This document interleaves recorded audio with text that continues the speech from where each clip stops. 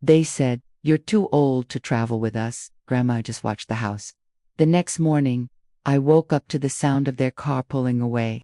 Tires crunching on the gravel driveway like they were grinding away the last pieces of my heart. I stood at the window, my arthritic fingers clutching the faded lace curtain, watching the taillights disappear into the dawn mist. 68 years old, and suddenly I was nothing more than a house-sitter in my own home. The house I'd built with my late husband, brick by brick, mortgage payment by payment. But that morning, something inside me snapped, not with anger, but with a quiet clarity that had been building for years.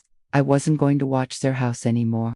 I was going to reclaim mine. I shuffled into the kitchen, the cold linoleum floor biting at my bare feet, the kind of chill that seeps into your bones on a crisp autumn morning in upstate New York. The coffee pot gurgled as I filled it, the aroma of fresh grounds mixing with the faint scent of last night's pot roast leftovers I'd made for them, thinking it would be a family dinner.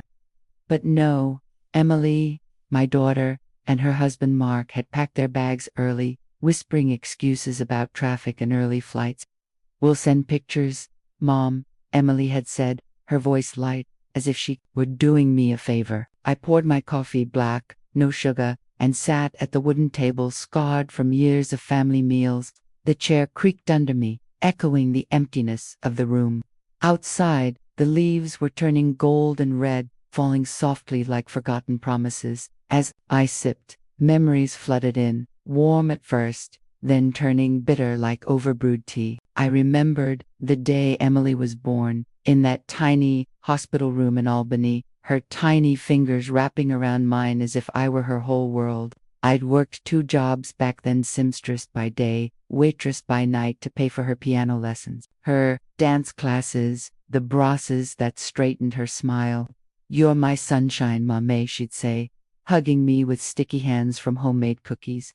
And when my husband, Tom, passed from cancer 10 years ago, I sold his old truck to help Emily and Mark buy their first house. "We'll take care of you, Ma," they promised, eyes wet with gratitude. But promises, I've learned, are like autumn leaves. They change color and drift away. Over the years, the warmth faded. Mark started calling the shots, always with that slick smile, like a used car salesman. "We need to borrow some money for the remodel, Evelyn," he'd say. Using my first name instead of Mom or even Grandma, Emily would nod along, her eyes avoiding mine.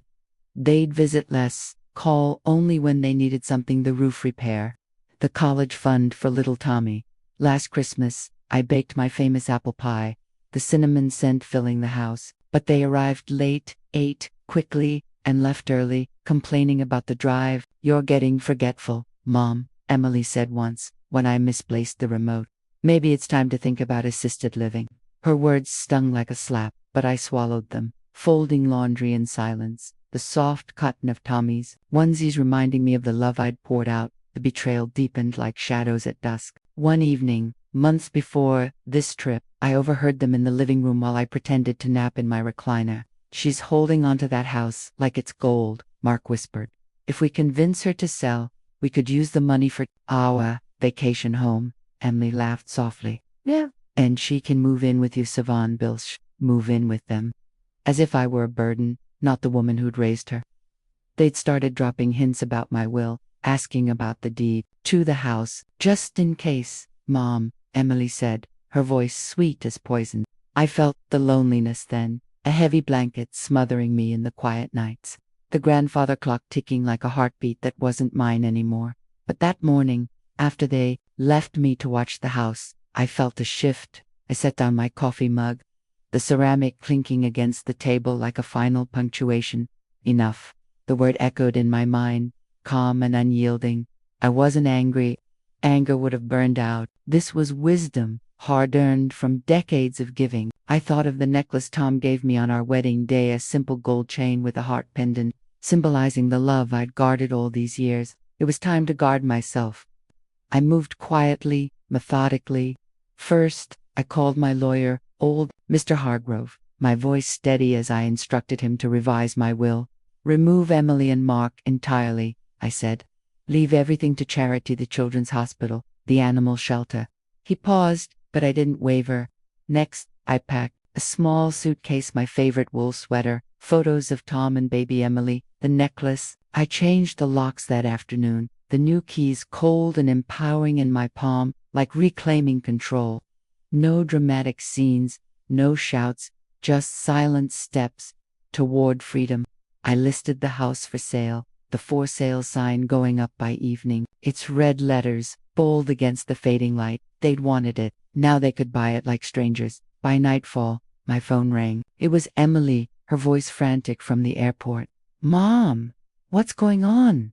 The realtor called said, "The house is on the market." I let the silence stretch. The hum of the fridge, the only sound in my kitchen. "Yes," I replied simply.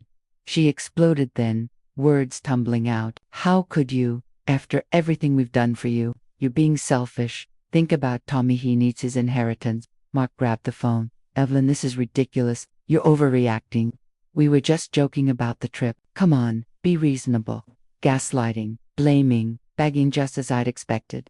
But I was done being the soft place they landed. "I've thought about it," I said, my tone even dignified. "For years, I've given." Tomorrow came and went. Promises faded. Now it's my turn. I hung up, the click resounding like a door closing on the path. No more. That night, I slept deeply for the first time in years. The next morning, I drove to the coast, the ocean waves crashing like applause for my newfound strength. I stood on the beach, the sand gritty under my feet, the salt air cleansing my lungs. The sun rose, painting the sky in pinks and golds. A new beginning. The necklace around my neck felt lighter, not a chain of obligation, but a reminder of love for myself. And here's the lesson, dear listener, from an old woman who's seen the seasons change. Dignity isn't given, it's claimed. Boundaries aren't walls, they're gardens where you bloom. Let go of those who take without thanks, for in the quiet after the storm, you'll find peace like blooming flowers in an empty field, or an empty chair waiting for no one but you. Karma whispers, justice, and sometimes the greatest revenge is living free.